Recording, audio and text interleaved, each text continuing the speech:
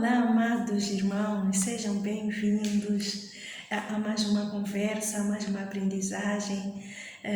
Vamos aqui hoje falar de 8 defeitos que uma pessoa pode ter que lhe afastam de Deus. Sabe qual é a única pessoa que pode te impedir de viver perto de Deus e de conquistar tudo aquilo que você devia ter na sua vida? É você mesmo. Não é aquela pessoa que faz questão de ser uma pedra no teu sapato, não é essa pessoa, não é o teu patrão que te dá oportunidade, nem mesmo é o diabo. É você mesmo que pode fazer com que você se afaste de Deus. Quantos de nós temos desejo genuíno de nos aproximarmos de Deus? Nada e ninguém pode nos afastar dele. Apesar de existirem algumas atitudes erradas que nós podemos ter e que nos afastam de Deus e da sua vontade para nós, evite os seguintes comportamentos. Se você quer ficar perto de Deus, então faça questão de evitar aquilo que vamos aprender agora. Ponto número 1. Evite a preguiça. A preguiça pode te impedir de conhecer melhor a Deus. Deus é Deus de ação. Portanto, Ele se alegra quando nós damos passos de fé, quando nós estamos a agir. A Bíblia fala claramente contra a preguiça e o mal que ela pode causar nas nossas vidas. Podemos ler isso no livro de Provérbios 6, versículo 11, mas não vamos ler agora. O amado irmão pode ler aí em casa. A preguiça, portanto, a preguiça ela prejudica não apenas o nosso desenvolvimento pessoal, não apenas o desenvolvimento financeiro, mas também ela pode ser fatal para o nosso desenvolvimento espiritual. Por exemplo, a preguiça pode nos impedir de orar, pode nos impedir de ler a Bíblia, o que nos deixa frios espiritualmente. Então, isso pode causar essa distância que nós podemos ter de Deus. Qual é o remédio? Então faça um esforço, estabeleça um plano e separe os 10 minutos ou um tempo para orar. Não precisa muito tempo de uma vez, mas um tempinho só. Vai habituando pouco a pouco até chegar ao termo que você vai sentir mais forte e cada vez mais próximo de Deus. Vamos a ponto número 2. A fofoca pode te separar de Deus. Fofocar é uma atitude reprovável na Bíblia. A fofoca é falar sobre os aspectos ou de uma ou de muitas pessoas sem o seu consentimento. Pode ser revelar segredos de alguém e até mesmo inventar histórias sobre outras pessoas.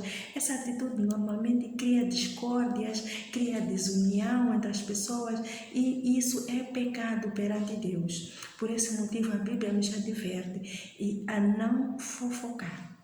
Vamos ver isso no 2 Timóteo 2, versículos a 6. Então, devemos evitar também as pessoas fofoqueiras. Quando há pessoas fofoqueiras, tente se afastar delas. Vai viver, vai ficar no sítio sozinho. Assim vais evitar. Provérbios 20, versículo 19. Ou então ensina elas a deixar aquele tipo de comportamento. Porque isso afasta as pessoas de Deus.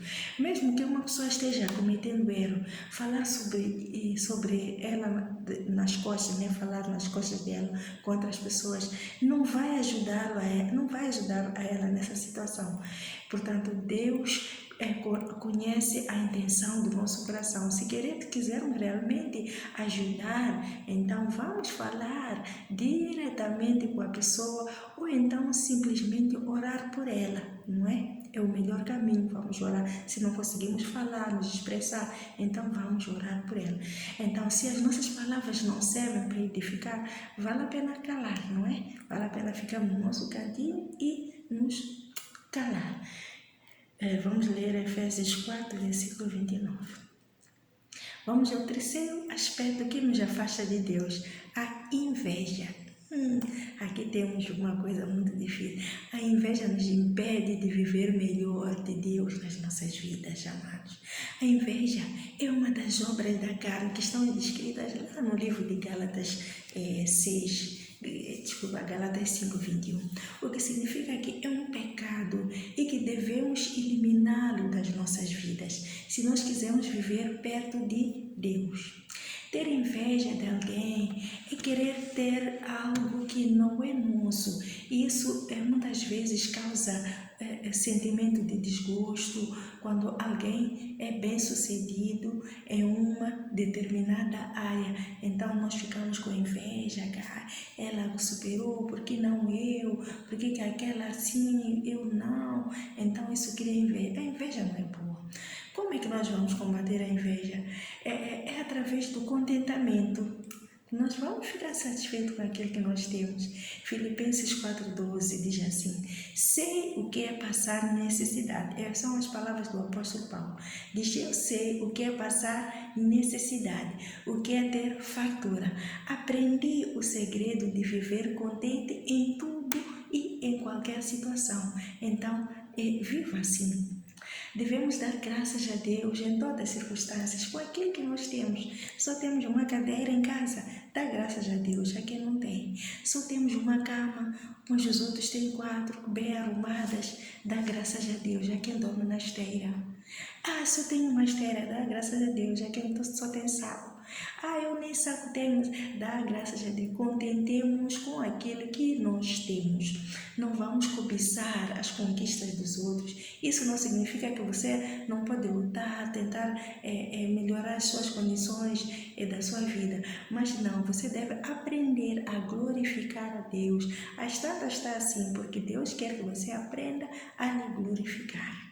Aprenda a glorificar. Abacuque 3, versículos 7 a 18 diz assim: todavia eu me alegrarei no Senhor, exultarei no Deus da minha salvação. O Senhor Deus é a minha força e fará os meus pés como os da serva. Serva é veado. Eu vou correr como uma serva, vou correr como um veado. Eu vou me alegrar em Deus. Vamos ao quarto aspecto que nos afasta de Deus, é o egoísmo. Aqui temos um grande problema, temos o egoísmo. Deus tem poder para mudar o nosso coração egoísta. Deus tem. O egoísmo faz com que nós pensemos apenas em nós próprios e não nos preocupemos com as outras pessoas. O contrário, o oposto do egoísmo chama-se altruísmo. Qual é o exemplo de altruísmo que nós conhecemos? É Jesus, que apesar dele ser Deus, ele esvaziou-se, ele veio para morrer no nosso lugar, nos reconciliando com Deus. Então, não há maior exemplo do que este. A Bíblia nos confronta em amar os outros do jeito como nós nos amamos, por os outros como se eles fossem superiores a nós. Filipenses 3, versículo 3 a 4 diz assim: mas se isso acontecer, temos que amar a Deus em primeiro lugar e deixar que o seu amor perfeito transforme as nossas vidas, eliminando todos os vestígios do egoísmo. Vamos ao número 5. Número 5, ganância. Quem é ganancioso? Quem é ganancioso entristece a Deus. A Bíblia é muito clara. Ele diz assim: o amor ao dinheiro, no livro de 1 Timóteo 6, versículo 10, o amor ao dinheiro é a raiz de todos os males.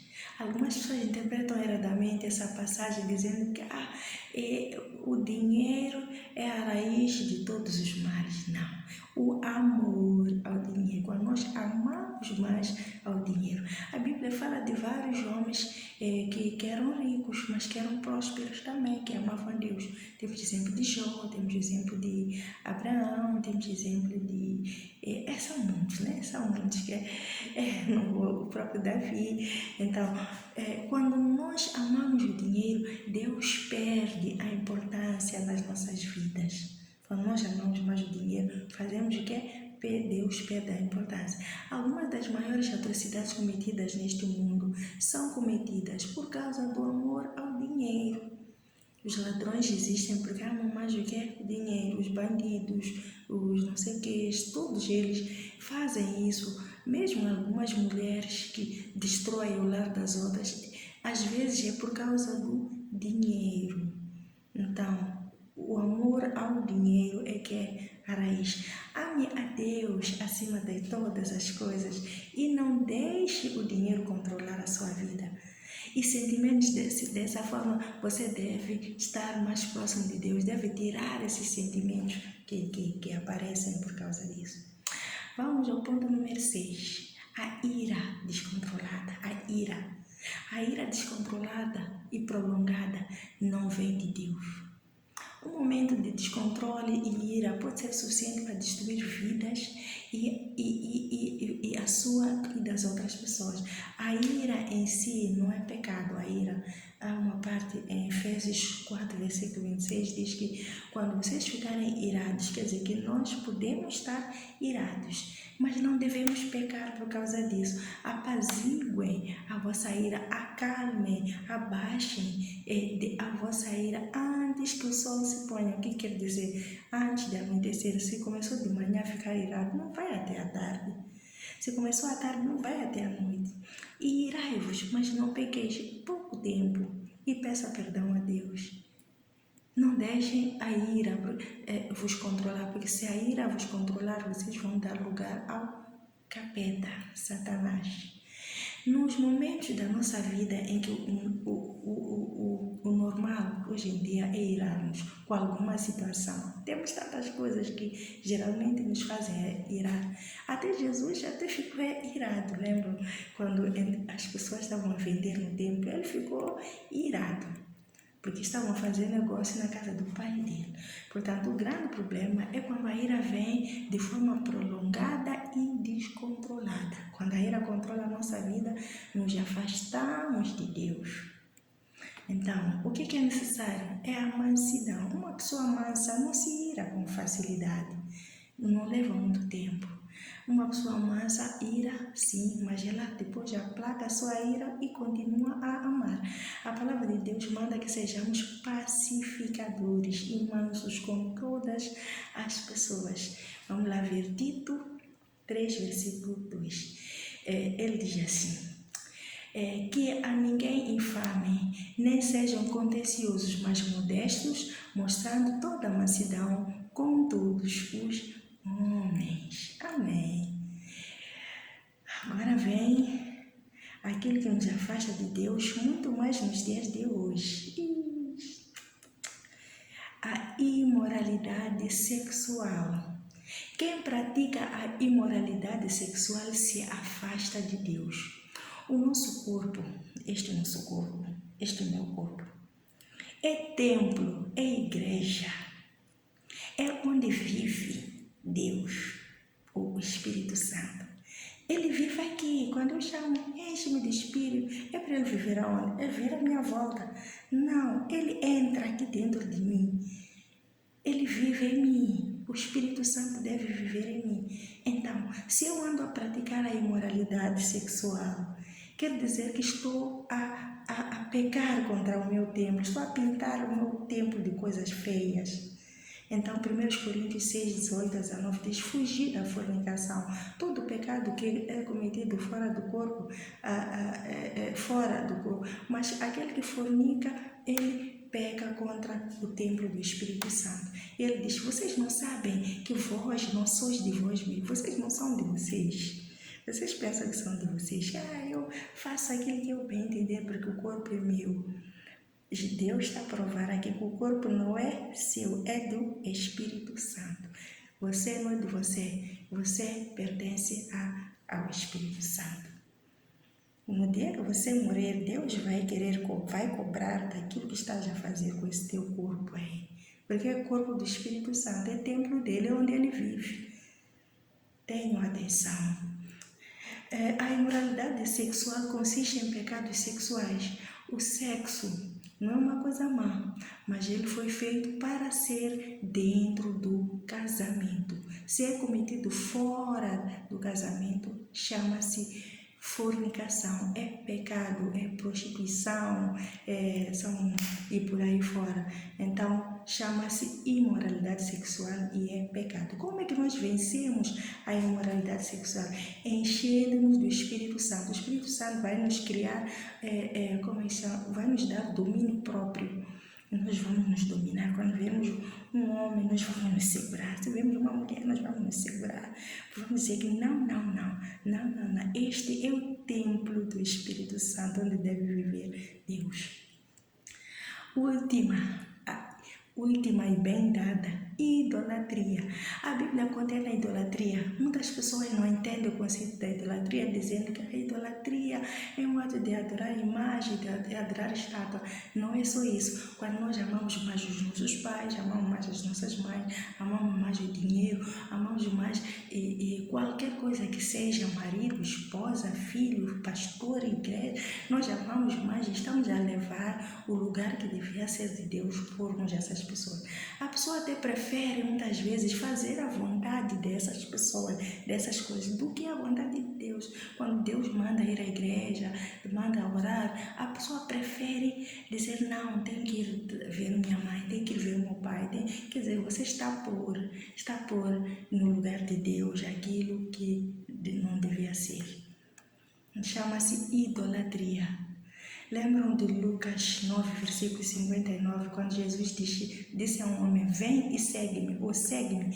Ele, contudo, argumentou, Senhor, permita-me primeiramente ir sepultar o meu pai. Quer dizer, ele amava mais a família do que a Jesus. Então, a idolatria é pecado e ela nos afasta de Deus.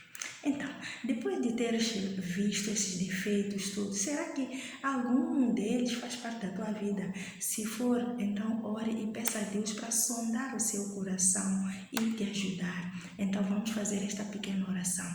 É assim, Senhor meu Deus, graças te dou por me haveres criado e por me salvar através do teu único Filho, Jesus Cristo. Agora, Senhor, peço perdão dos meus pecados, dos meus feitos que fiz anteriormente. Eu me arrependo de tê-los praticado. Quero mudar de vida. Transforme pelo teu poder. Confio no teu sangue vertido na cruz, de que Cristo já me perdoou. Eu sou, a partir de agora, uma nova criatura, conforme diz a palavra de Deus. Eu agradeço a ti por ouvir a minha oração. Eu peço tudo em nome de Jesus. Muito obrigado, Senhor. Amém. Muito obrigada. Então, mude de vida. Você já aprendeu. Que Deus abençoe a mim e a ti.